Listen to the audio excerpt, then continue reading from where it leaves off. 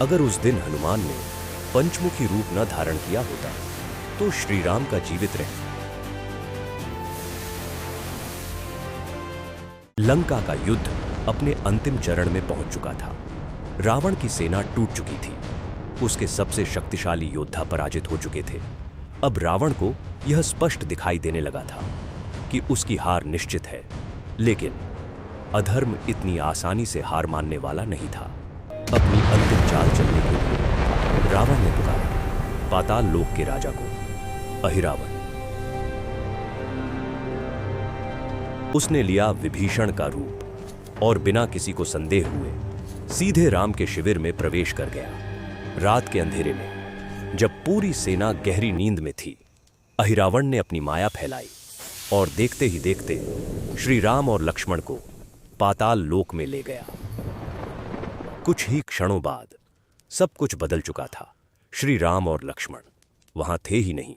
हनुमान समझ गए यह किसी गहरी माया का परिणाम है और अब उसे तोड़ना ही। तभी विभीषण वहां आए और गंभीर स्वर में बोले, हनुमान, यह कोई साधारण शत्रु नहीं है।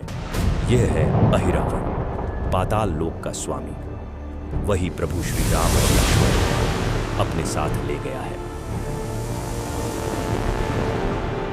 हनुमान की आंखों में अब चिंता नहीं, सिर्फ संकल्प था। उन्होंने दृढ़ स्वर में कहा, मैं प्रभु श्री राम और लक्ष्मण को वापस लेकर आऊंगा। और बिना एक क्षण गंवाए हनुमान तुरंत निकल पड़े पाताल लोक की ओर, जहां हर दिशा में माया और तंत्र का जाल फैला हुआ था। एक ऐसा लोक जहां से लौट पाना लगभग असंभव था। कुछ ही क्षणों में हनुमान पहुंच गए पाताल लोक, एक ऐसा स्थान जहां हर कदम पर खतरा था। जैसे ही हनुमान आगे बढ़े, उनका रास्ता रोक लिया गया। पाताल लोक के द्वार पर खड़ा था एक भयंकर योद्धा।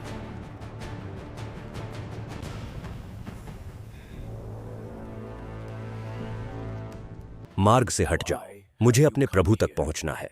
जो भी मेरे रास्ते में आएगा वह रुक नहीं पाएगा। तभी मकरध्वज ने कहा, मैं हूं मकरध्वज और मैं हनुमान का पुत्र हूं। क्षण भर के लिए सब कुछ थम सा गया, लेकिन कर्तव्य के आगे रिश्ते भी छोटे पड़ गए। और फिर दोनों के बीच भीषण युद्ध हुआ। हर वार में शक्ति थी, लेकिन अंततः हनुमान ने उसे परास्त कर दिया।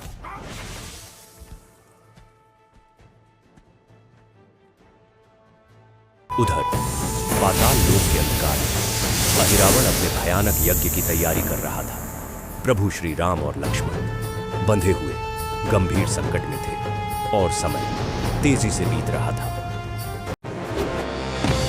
हनुमान ने बिना देर किए अहिरावण पर आक्रमण कर दिया, लेकिन यह युद्ध साधारण नहीं। अहिरावण अपनी माया और तंत्र शक्ति से हर वार का सामना कर रहा था। तभी हनुमान ने अपनी समस्त शक्तियों को जागृत किया।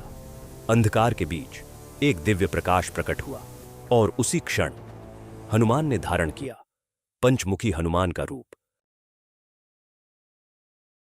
अहिरावण की शक्ति 5 दिशाओं में जलते दीपकों में छिपी थी। उन्हें एक साथ बुझाने के लिए हनुमान ने धारण किया पंचमुखी रूप और एक ही क्षण में 5 दीपक बुझा दिए।